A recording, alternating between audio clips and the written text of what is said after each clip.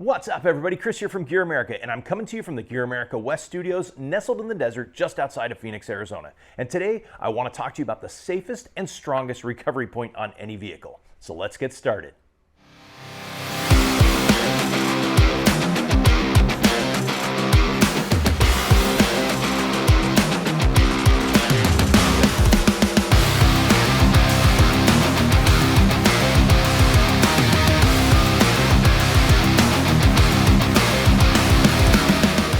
Welcome back. So let's talk about the strongest and safest recovery point on any vehicle. Do you know what that is?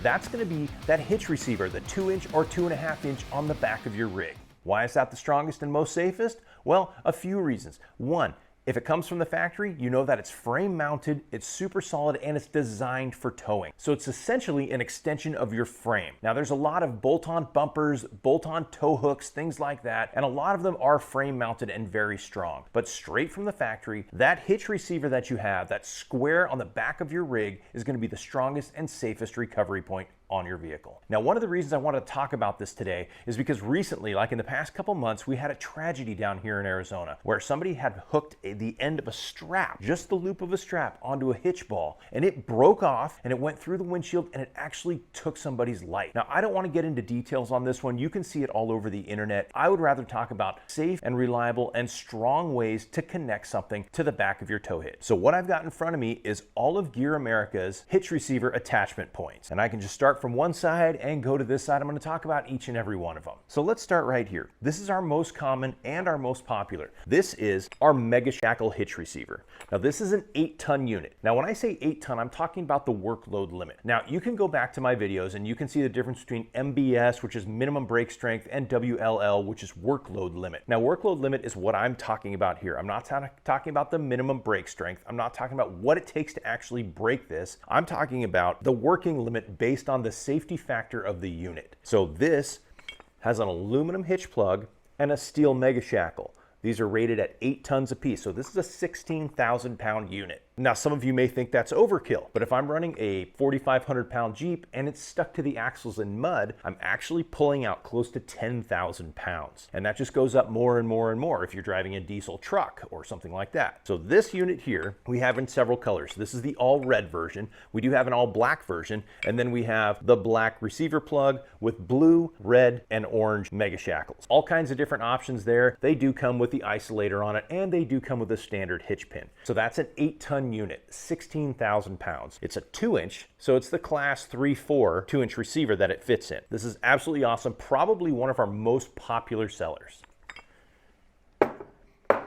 Now, next to that, we've got the Uber Shackle hitch receiver. These actually just came out. We are out of stock on these right now. I apologize. We've got a ton more coming, but if you are one of the first ones to get this, man, you are lucky because they sold out really, really fast. The difference between this and the Mega Shackle hitch receiver is we're running a 10-ton Uber Shackle and the receiver plug is solid steel. So we have this at a workload of 10 tons, which is 20,000 pounds. Now, I know you've probably seen the MBS on the Shackle at like 68,000 pounds or something like that. Well, so is the steel plug, but we want to go with the safety factor that brings the workload down to 10 tons on it. So that's your everyday workload, is 20,000 pounds. So this comes not only in a 2-inch for the class 3/4, but it also comes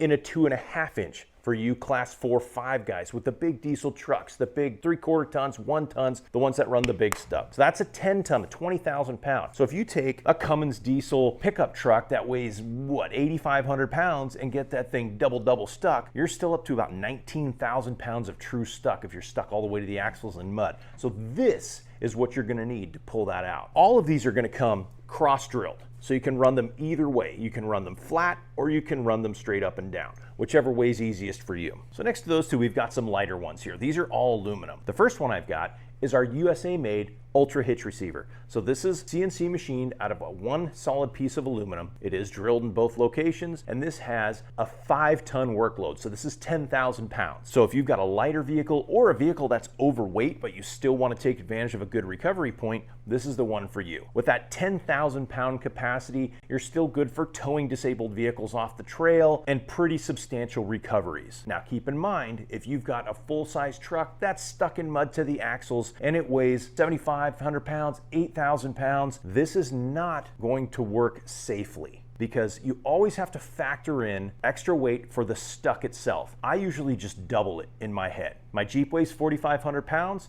If it's stuck up to the axles in thick mud and can't get it out, that's 9,000 pounds is what it's gonna take to get it out. All right, so next to this one, we have our Ultra Shackle hitch receiver. So this has our aluminum Ultra Shackle and an aluminum plug, and this is really, really lightweight, and this is a 5-ton setup also. 10,000 pounds capacity, super light. I mean, you compare that to this 2.5-inch version, I mean, you're talking about a third the weight.